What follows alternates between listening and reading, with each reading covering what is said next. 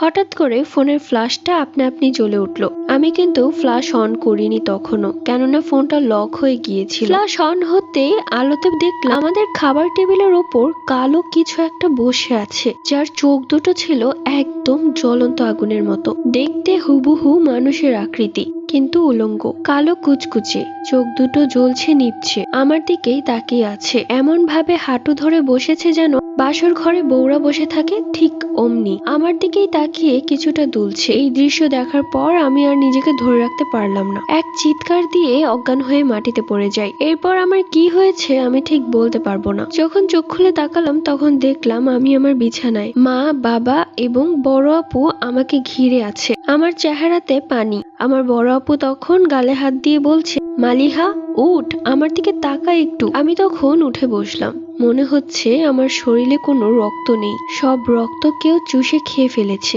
আমি তখন আমার মাকে জড়িয়ে ধরলাম, ভীতু পাখির মতো কাঁপছিলাম। মা আমাকে বলল, কি হয়েছে মালিহা? তোকে ওয়াশরুমের সামনে পড়ে থাকতে দেখেছি, তাও পুরো ঘর অন্ধকার অবস্থায়। আমার বড় আপু তখন আমাকে পানি খাইয়ে দিল। আমি তখন কিছুটা শান্ত হলাম। মনে মনে ভাবতে লাগলাম, যা যা দেখেছি আমার কি উচিত সবাইকে সবকিছু বলা, নাকি এগুলো আমার মনের ভুল ছিল? কিছুক্ষণ ভাবার পর মাকে বললাম, আসলে অন্ধকারে আমি ভয় পেয়েছিলাম, আর কিছুই না। পরের দিন আমি চলে গেলাম স্কুলে। স্কুল থেকে টিউশনে যাব, আসতে আসতে সন্ধ্যা। আমার বড় আপু সেম। বড় আপু অবশ্য দুইটা কোচিং এ পড়ে, তাই বড় আপুর আসতে আসতে রাত 8টা বেজে যায়, আর আমি চলে আসি 6টার মধ্যে। এই সময়টাতে মা ছোট ভাইকে নিয়ে একাই থাকে, আর বাবা তো কাজেই চলে যায়। তখন ভরা সন্ধ্যা। আমার মা তখন ভাইকে ঘুম পাড়িয়ে রেখে বারান্দা থেকে শুকনো কাপড়গুলো তুলছিলেন। কাপড়গুলো নিয়ে যখনই সে ঘরে ঢুকবে তখনই আমার মায়ের চোখ পড়লো ডাইনিং রুমের দিকে। তিনি লক্ষ্য করলেন কিছু একটা দৌড়ে গেল, মানে এত দ্রুত গেল যে